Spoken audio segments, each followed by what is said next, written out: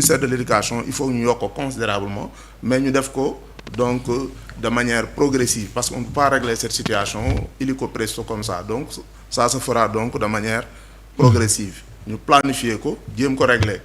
donc peut-être fii ak 2029 peut-être fii ak 2034 ñu jéem a xool nan la ñuy régler ces questions là ñu mën ko dépasser parce que wax naa ko sànq d'après donc les dires du ministère des finances boo jëlee budget ministère éducation 80% yëpp ay salaire la n'est-ce pas loolu ça déjà ça pose problème léegi nañ ko prévoir ci budget bi xool chaque année day am recrutement parce que au moment où on parle le CREM est ouvert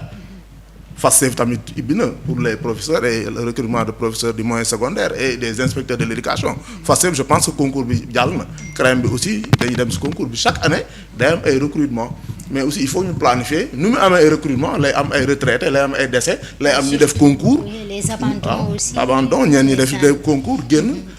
dañuy def un an wala leneen génn dem seen yoon ñenn ñi dañuy retraité ñenn ñi dañuy décédé donc chaque fois il aura donc un gap à combler mais nañ ko prévoir je pense que ñoom le ministère mi ngi koy prévoir parce que am na une direction de la planification ñoom dinañ ci taxaw jël des mesures pour régler ce problème peut-être mënuñ ko régler comme ça comme j'ai dit tantôt ce sera peut-être de manière progressive mais ñu sóoraale ko budgétiser ko ba yenn questions yi ñu mën ko dépasser parce que tamit réew mënoo ko tabax su fekkee da ngaa saboter système éducatif bi je pense Nelson Mandela wax na ko boo bëggee yàq réew jarul sànni ay bomb saboter le système éducatif tout simplement pour que réew mi nërmeelu kon tey agenda 2050 bii nga xam ne posé nañ ko te war cee jëm fii ak 2050 avant 2050 ñu yaakaar ci ay résultats benn 2029 bi nga xam ne mooy la SDN muy la stratégie nationale de développement muy master plan bi fii ak 10 ans bëgg nañ gis des résultats te résultats yooyu mënuñu ko jaar lu dul sur le capital humain c'est fondamental parce que c'est pas pour rien capital humain boo jëlee programme mu candidat yëpp am na dañuy wax ci capital humain muy éducation muy santé muy environnement surtout éducation ak santé mooy capital humain li tax mu boole ci environnement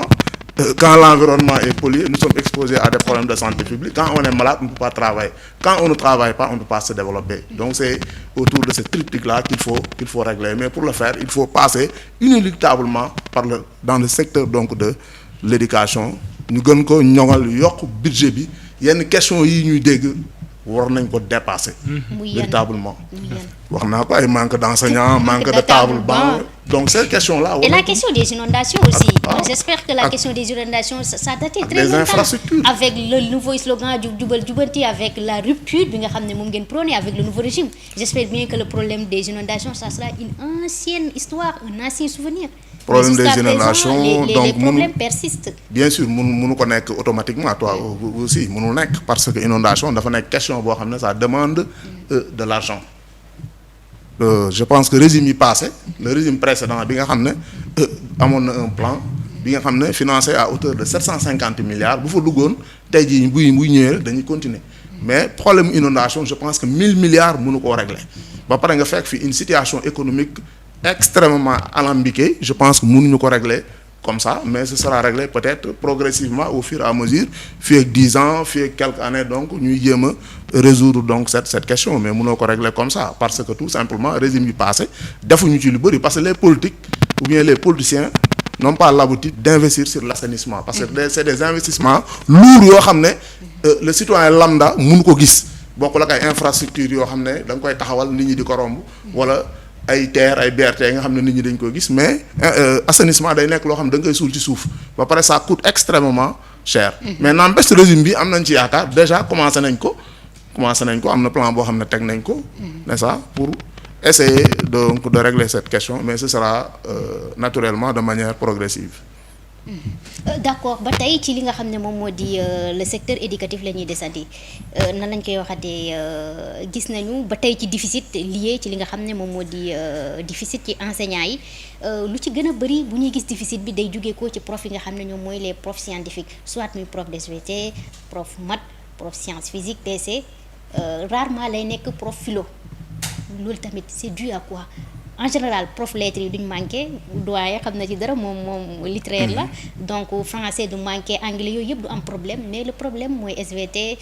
na lañ koy waxatee maths sciences physiques ak na lañ koy waxatee ak peut-être philo et c'est dû à quoi. waaw loolu li ko waral xam nañ ko mooy boo xoolee dans nos établissements série ñi def série littéraire moo ëpp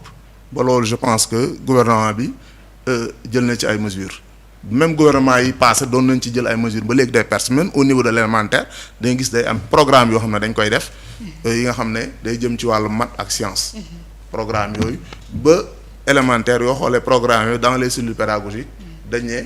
nañu ëppal ces disciplines scientifiques là ñu koy ëppal pour encourager les élèves ñu jéem a basculer wu foofu mais jusqu'à présent les élèves boo xoolee discipline littéraire pourquoi les élèves ont peur? waaw ils ont peur je sais pas donc Peut-être mais il y a boo pas xoolee beaucoup d'encadrement de matériel peut-être c'est dû à quoi? waaw donc c'est un problème boo xam ne mi ngi fii souvent nit ñi dañ naan série scientifique yi dafa saf donc moo tax élèves yi du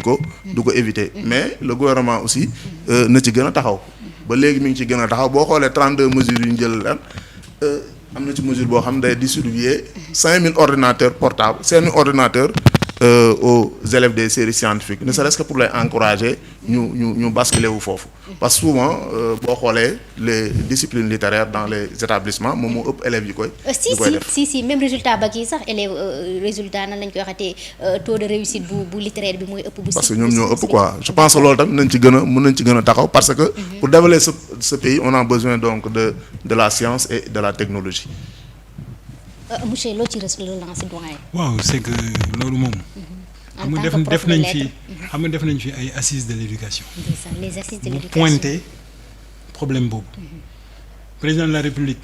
bi fi nekkoon. Macky Sall 11 décisions am na ci promouvoir les STEM mooy science yooyu ngay wax. mais nan ngay promouvoir ay STEM alors que amoo ay jàngalekat yu doy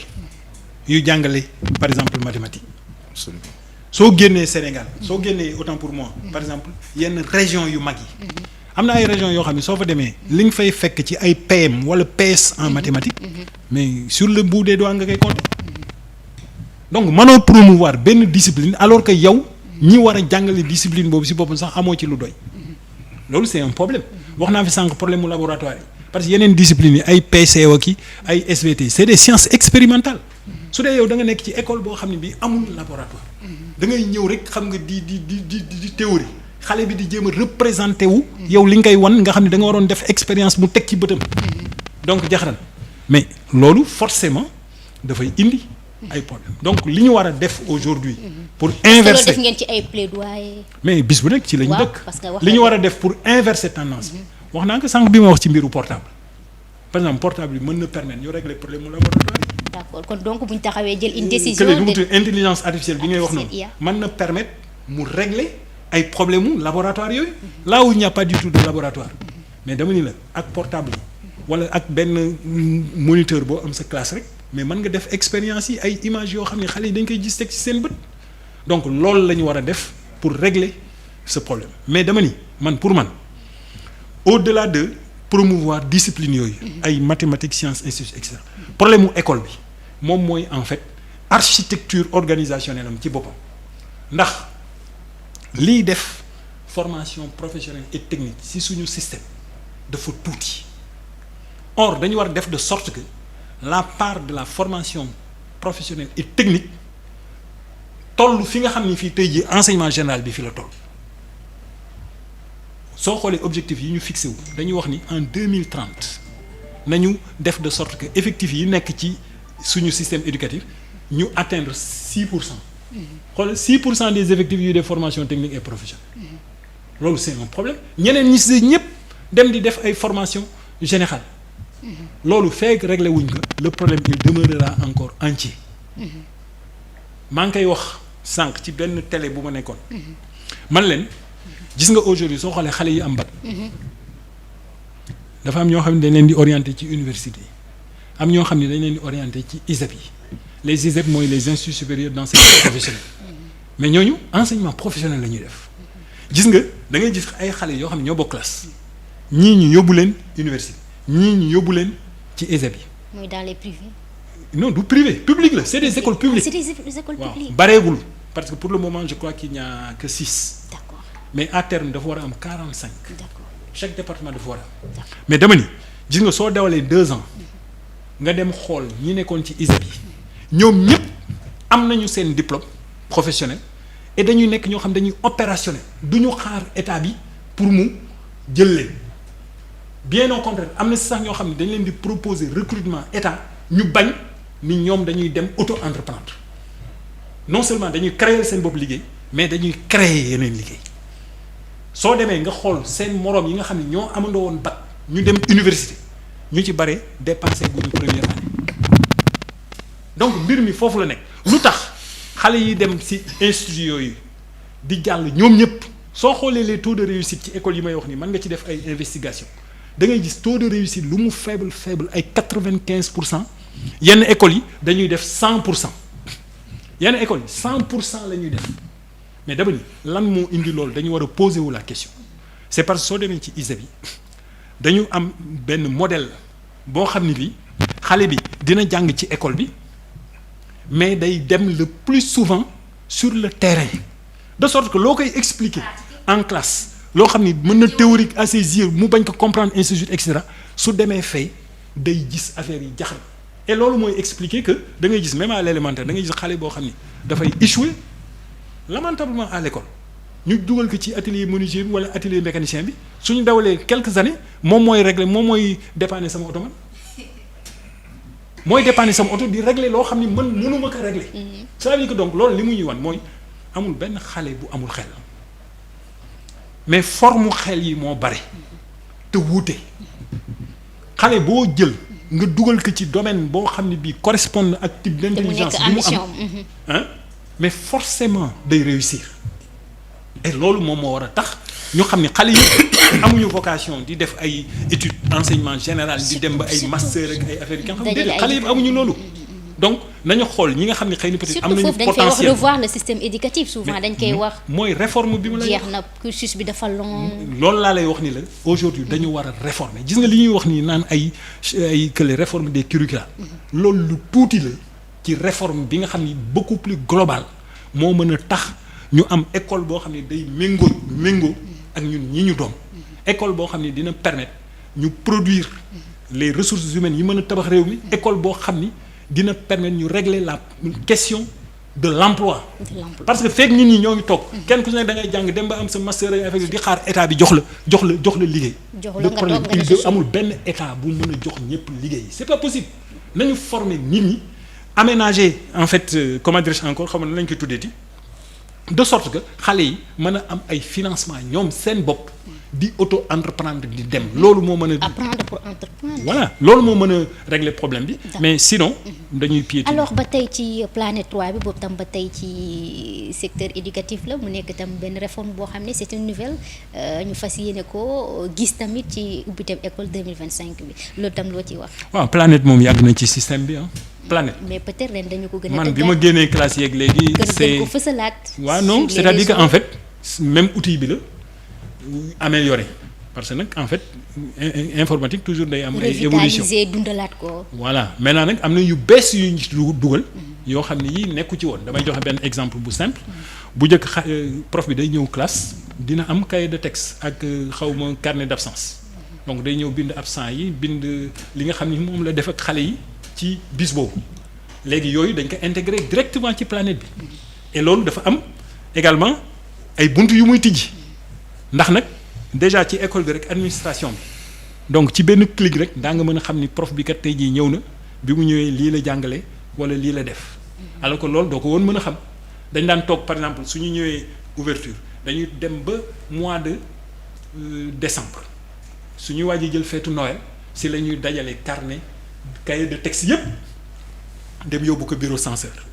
donc si lay soog a commencer nag di xool léegi nag loolu par exemple su ma jëlee exemple boobu léegi aujourd'hui censeur bi soxlaatul loolu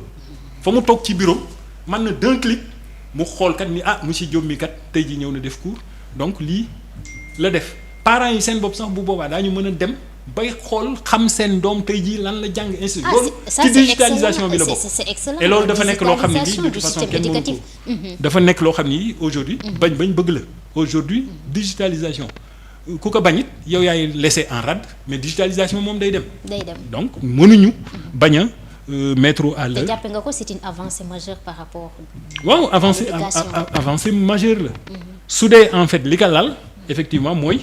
que njàng mi gën a ñoŋ que vraiment liggéey bi ñu def ko ci ay anam yoo xam ni moom moo gën a wér quoi voilà alors